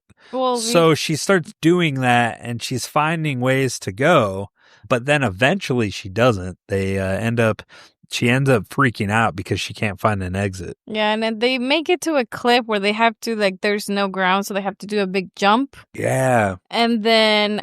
this shows, too, where they have to do a big jump. They hook their own rope that they have on an old hook that is at least 100 years old. Yeah, that was already there. So Becca makes it through doing monkey bars hanging onto the top and hangs their hooks and a rope and makes it through. But that tells us that there's been people in this cave before. So another red flag, Juno thinking that it's never been explored. Now they're seeing that it has been explored. With no information on it. And why does no one know about it? If someone has already been under and made it out alive, why isn't it known? Yeah, exactly. That means people died inside. And Juno's pissed that this hook's there. Yeah, so they make it through one by one, and then Juno's the last one. And again, fucking showing off. She's like, we need all the ropes. And instead of leaving one rope behind that she's doing American Ninja Warrior. Yeah, she's unhooking, pulling down the rope that Becca put up to take it with her. And what happens? She's not strong enough. Well, she gets tired, and then not only that, she injures Becca's sister. Well, she falls, and they're trying to hang on to the rope. Yeah, Becca's sister's hand gets tore in half, she gets gashed. Yeah, she's holding on to the fucking rope, and it just ripped. It's a big gash on her. Yeah, it's gnarly. Hand. It's gnarly gore. And then Juno's like, sorry. She doesn't even, I don't remember her saying sorry. That was the other thing. I was like, are you going to apologize? Yeah. Nothing. She's just like, oh, whoopsies. And in these scenes that we see subtly, is Sarah thinks she saw someone and it's one of those cave monsters, but she's not quite sure. She thinks she's hallucinating. Mm-hmm. And so, again, Juno's justifying herself. She wanted to be the first one. She's like, but this, like you mentioned, the equipment that they found there makes it seem it's hundreds of years old. If it ain't first, you're last. Nobody's using it anymore. Right. So this is where she uses they find another way. And in this case, Holly's leading the way. And they find this wall, this rock, pretty big sized rocks. And it looks like there's paintings. Yeah, and Beth's like, well, we need to light, and Juno's like, don't waste the flares. And Beth's like, fuck you, and lights the thing, and she sees this whole cave paintings, and then it's showing that there's 2 exits on there, right? Yeah, there's 2 or 3. And it's not a map, but it's the cave paintings are primitive, but it's showing exits. So it's showing the mountain that they're in, and then it's showing exits. I do like this where Beth is like, told you, bitch. She had that look. Yeah. So they're like, all right, well, we still have a chance to get out of here, right? Because there's more openings. Right. So then they keep looking for the next round. And then they start getting tired, though, and Holly takes off, right? No, so Juno finds, she's using her lighter to find, airflow through the rocks. And she finds one. And she's like, this one. And Holly, like a fucking immature idiot, takes off running first. In the dark, with a tiny little lamp, she's just running through. And Juno's like, dude, hold the fuck up. Now, Holly is supposed to be... So Holly is her... What do they call that? Her second assistant? I don't know. Her assistant, but her prodigy or whatever, her student. Juno's prodigy. Yeah. And she had already talked to her once when they first got to the cave because she was being reckless coming down. Yeah, she's like, you need to chill the fuck out. Yeah, she's like, you need to fucking listen and you need to be careful. And she was like, all right. And then she takes off running like a fucking toddler. And not And Juno's like, surprising at all. wait. And then she slips into this fucking, it looks like a butthole of the cave. And she's falling down, and Juno grabs her hand and she loses grip. It's one of those classic tropes where you're holding hands, and all of a sudden she's slipping and falls. She hits her head severely. Did you see that? Yeah, she but bounces no brain all over. damage. No brain damage. But she lands on the ground, and they're like, "Holy shit, Holly!" They're yelling down. Finally, they go down there. But before they get down there, Holly's looking at it. She doesn't get knocked out, which is amazing, and her head is in good shape. But she looks at her leg, and you don't know it at first, and then you look. This was fucking gnarly, because then you see the bone protruding out, the femur. Yeah. That was fucking awesome. And she's freaking out, obviously, and tries to take off some of her pant on her leg. And she does. And they get down there, and Rebecca's the one going to be a doctor, right? Yeah. She's like, holy shit, we got to get a splint made. But before we can do that, I got to push this bone in. And so you have a scene of her doing that. But while they're pushing the bone in and creating that splint, Sarah goes off, and she goes down this hole, and she's hallucinating because she heard her daughter giggling, like a girl giggling. She also finds a really old helmet. Yes. From the same people that were there before. I think they would have put more stock in that, but they don't say anything after that. But she finds that old helmet, but she looks ahead, and then there's that cave creature drooling, and it's like the shadow of them, right? Yeah. A silhouette. And she screams, and then Juno finds her. And she tells her that she sees something, and Juno's like, no, you're hallucinating. You're fine. You're not seeing things. And she's like, bitch, don't tell me what I seen. I see my own thoughts. Fine. And the fucking other thing that's surprising, so I know it's only been like hours, right, since they've been doing this. Yeah. But the amount of physical activity they're doing, it's exhausting. Right. And these girls I know, like, sometimes adrenaline pushes you to keep going, but at one point... Which I wholeheartedly believe is happening. But at one point, your adrenaline burns out and you just crash. Right. So how the fuck are they still going climbing through things? Well, you'd be amazed. I don't know. You'd only have to be in that situation to really know. I know I've been in, like, not nowhere near this, but uncomfortable situations. And it's definitely your adrenaline's going where you don't feel in control. I know you've had moments like that in your life. For hours, though? Yeah. I don't know. So as they're like trying to carry, so they get Holly on her feet and they're trying to help her up and out of there. As they're making their way through this, the creatures get close enough, because Sarah comes in there and then, again, I saw something, and Juno's like, no, she didn't. She's tripping. And they're like, what'd you see? Oh, man. Yeah, and they're like, and no, that would make anybody sound crazy. But they saw hooks, and they're really old, though. Anyway, so yeah, so they're going through and they finally get attacked. The creatures get close enough. And they take Holly, obviously, first. They attack her first because it's injured and she's bleeding. Yeah, they go straight for the jugular. She's dead instantly right there. But everybody takes off. Juno's still there. And this is one of her things where she wasn't going to leave Holly. She was like, holy shit, I got to save her. Still tries to save her. But she grabs that her she's pickaxe. dead and she's fighting for her. But she doesn't realize she's dead. It's dark. But she's like still fighting. And she's like, screw this, and starts attacking the cave monster that was on top of Holly. That one backs up, and then another one attacks her. So she's being like tag teamed with two cave monsters. She ends up killing both of them.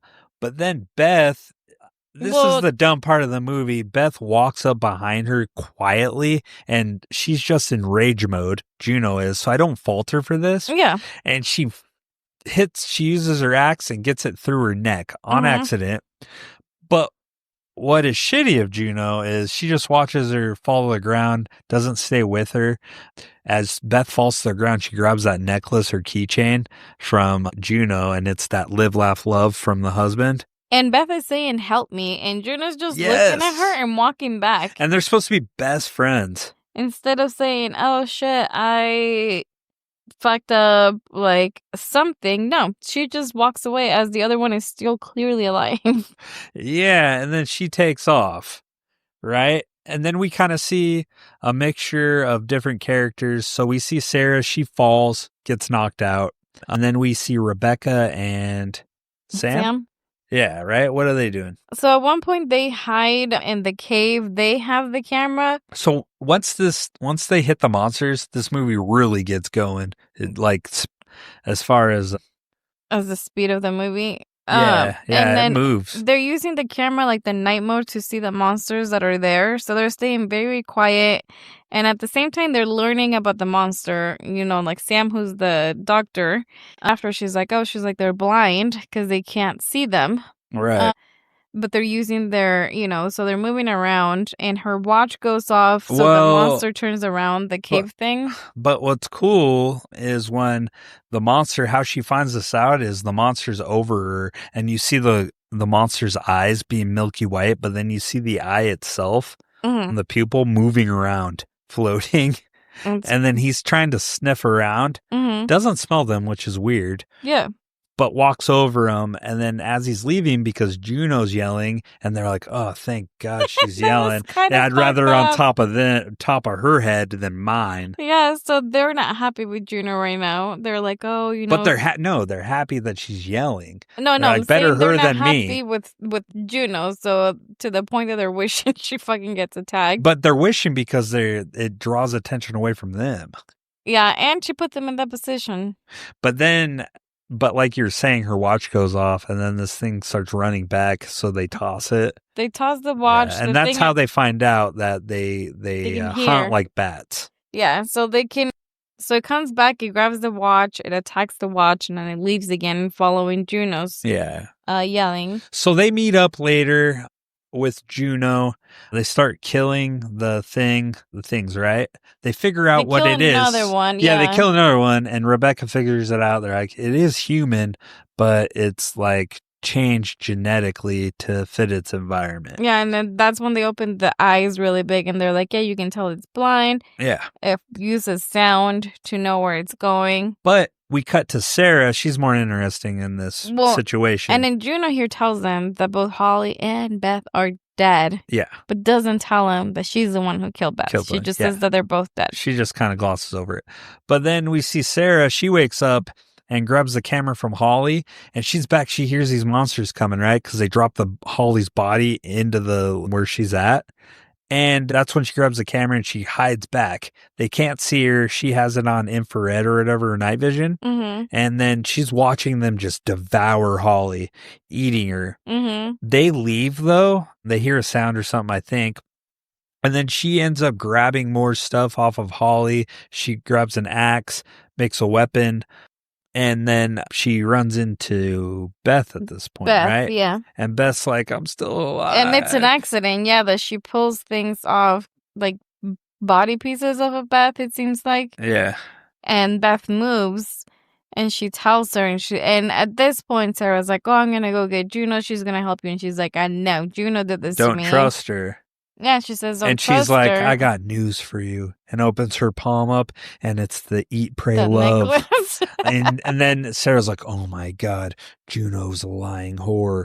And then she's like, her husband's name, doesn't she? Yeah, and then Beth's like, avenge me. And that exact tone, too. And then she's like, I'm going to die. Just bash my head in with a rock. Oh, and Sarah's like, I can't. And then she's like, okay. Smashes her pretty quickly. Yeah. And then at the same time, Sam, Becca, and Juno, they figured that somehow these things are hunting and bringing food into the cave. Yep. So they can figure out how they're getting out. They can use that same opening to escape. And Sam leads them trying to escape using more of those like hooks that were left from before from the past explorers. And she's pretty irrational. Like, I don't know if she's, like, stressing to get out of there.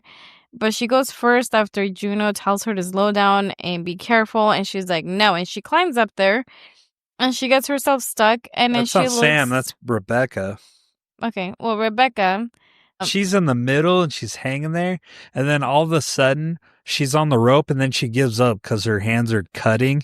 And she's like, I'm going to die right here. And then up above her is a cave monster. Mm-hmm. Comes down and she grabs a knife and she's going to stab it. But before, totally preventable because she could have stabbed him pretty good. Oh, yeah. But no, she lets the cave person like rip out her jugular. She's bleeding out. Just before she bleeds out, though, she stabs the cave person, and then it falls to its death. Yeah, and underneath her is water, so the thing falls in the water. And then Juno, without even thinking, this bitch jumps on to Rebecca's dead body, uses it as a tool to hop over to the other side.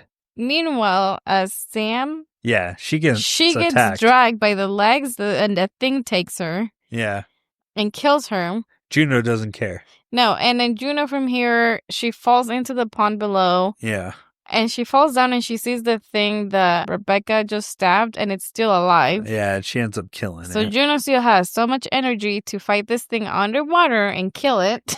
Yeah. And escapes.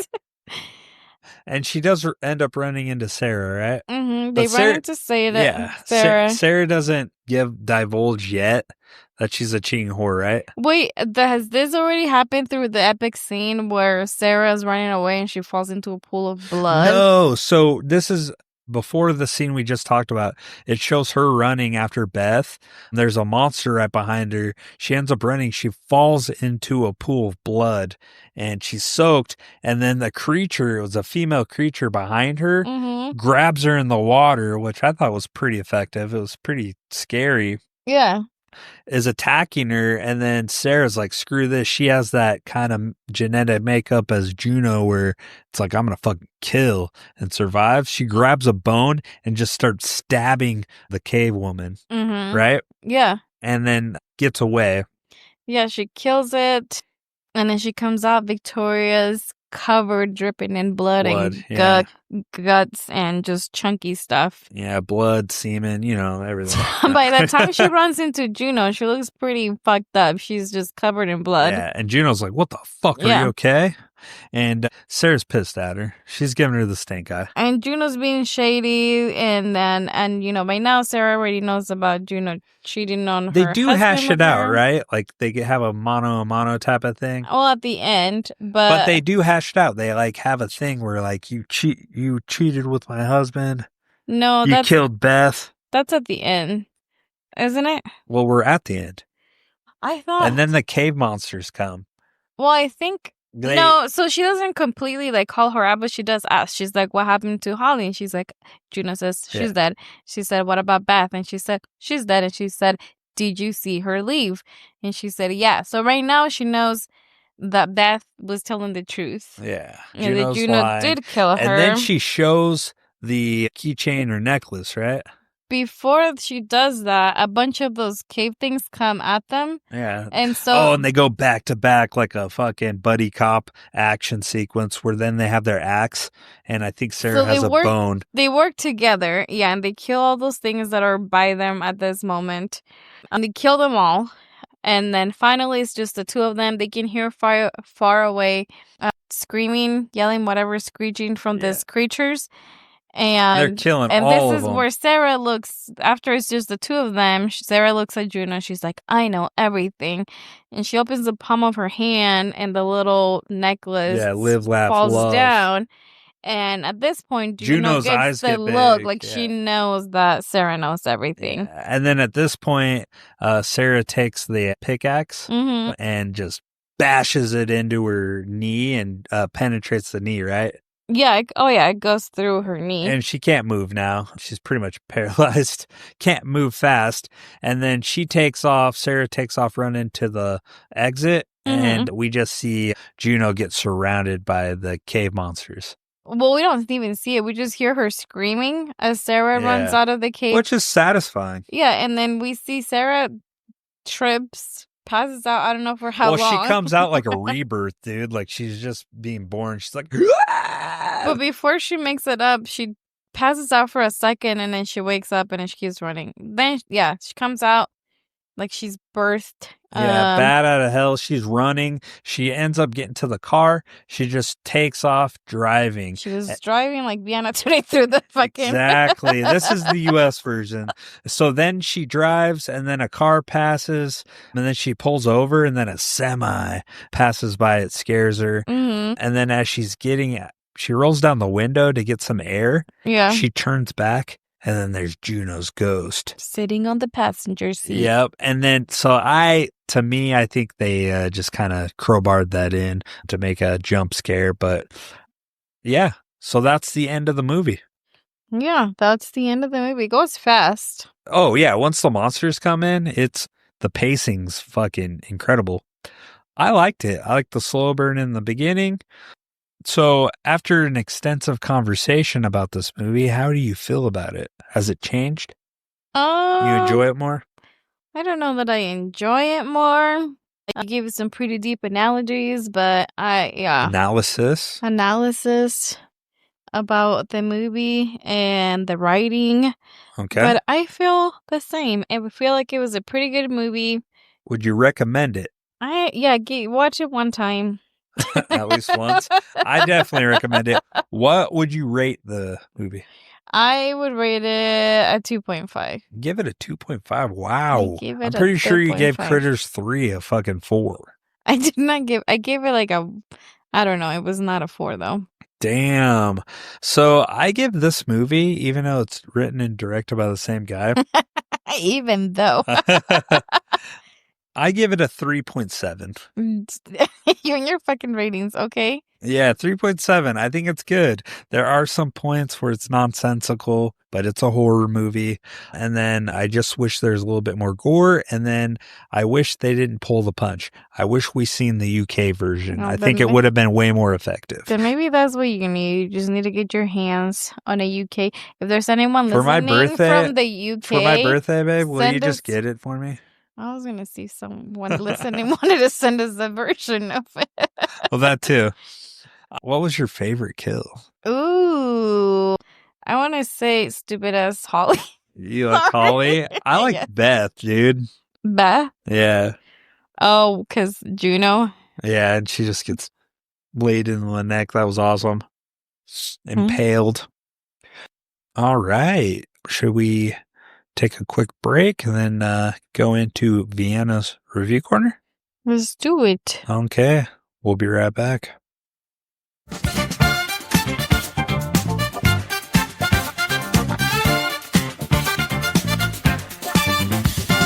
Vienna's review corner. Sometimes she watches, sometimes she won't.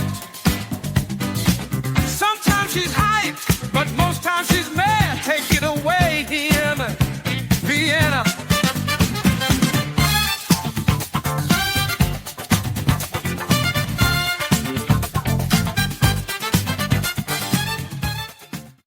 All right, welcome back.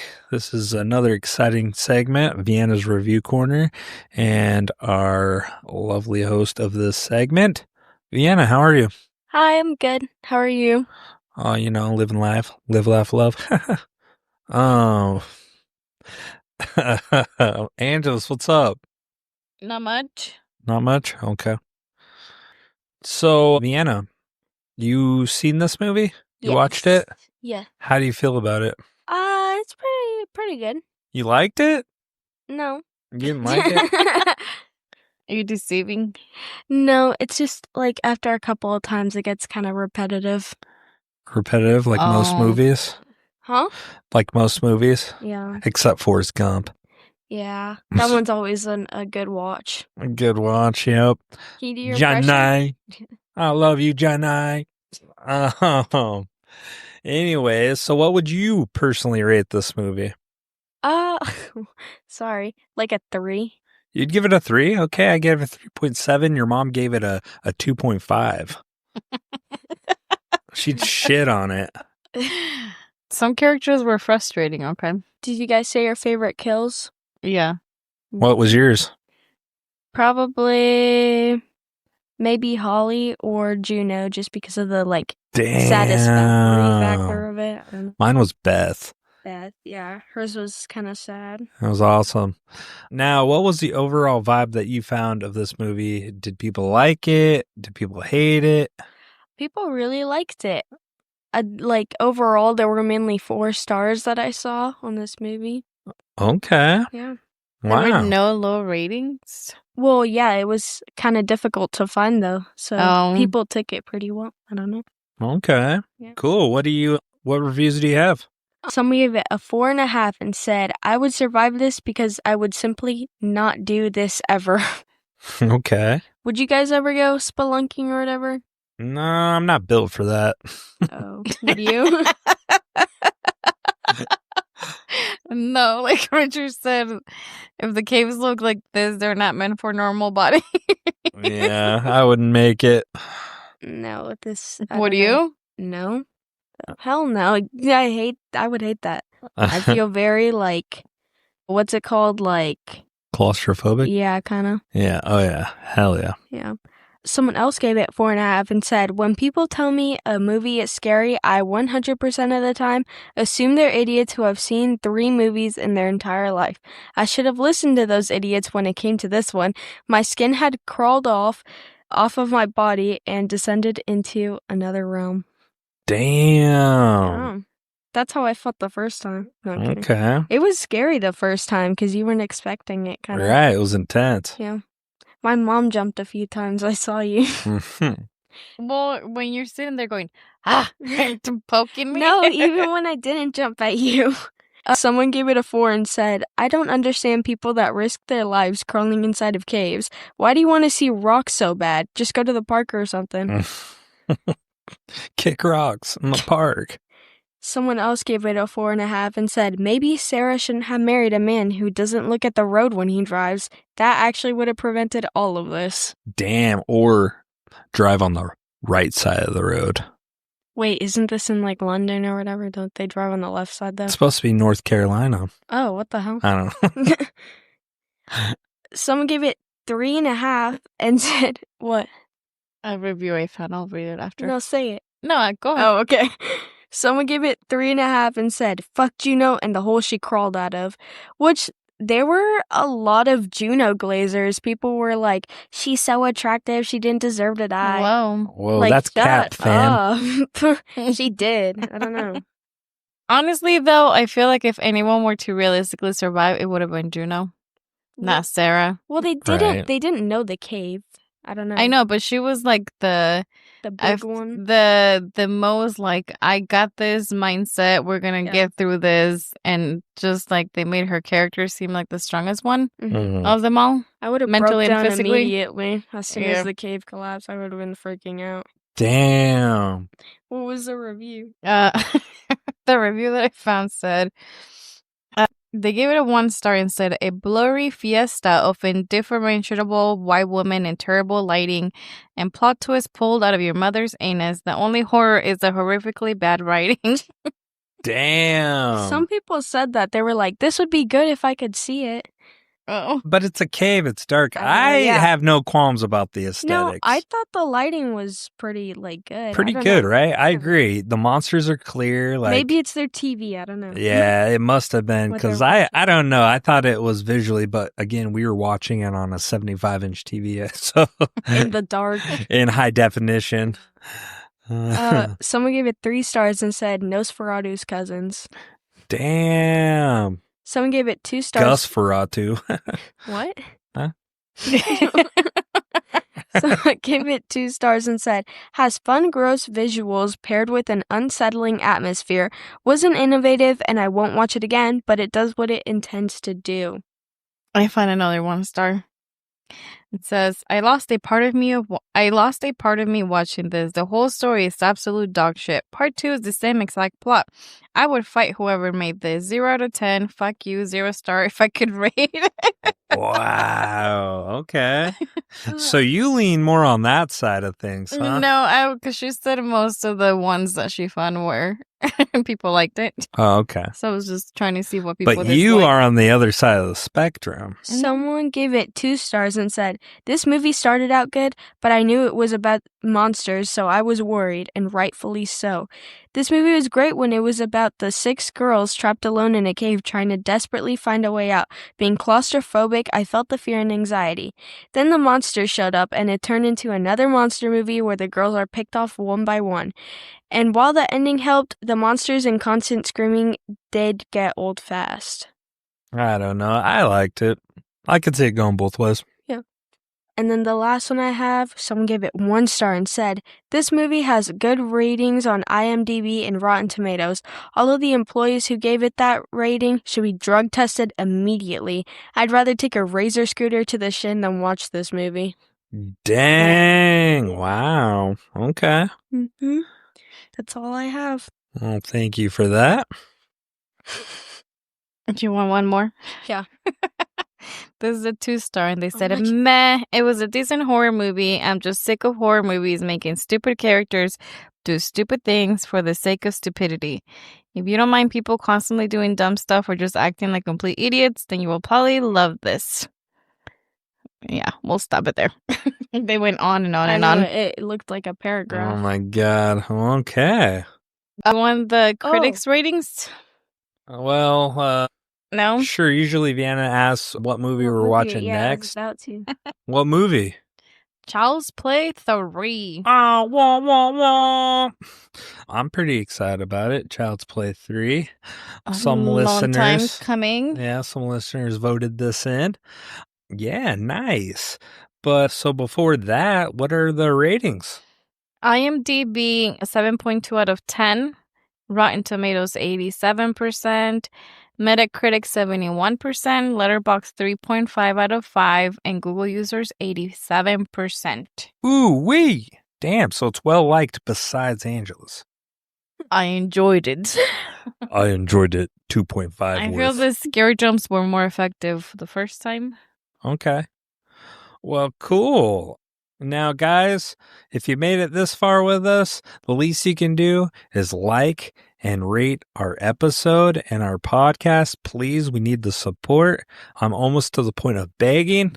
We're on welfare right now. And we got food stamps. No, we don't. The government cheese. Perfecto's milking the cows for us. We do. But yeah, like, subscribe, share. We love the support that we've got. You guys are awesome. Follow us at Horror Cinema Obsession on Instagram and TikTok, and email us at horrorcinemaobsession24@gmail.com. And with that, hasta lugosi. CC. Ciao, ciao. Bye. Thanks for listening to Horror Cinema Obsession. We hope you had as much fun as we did. If so, help spread the word by leaving a rating and review wherever you listen to podcasts. And join us next time for another episode of Horror Cinema Obsession.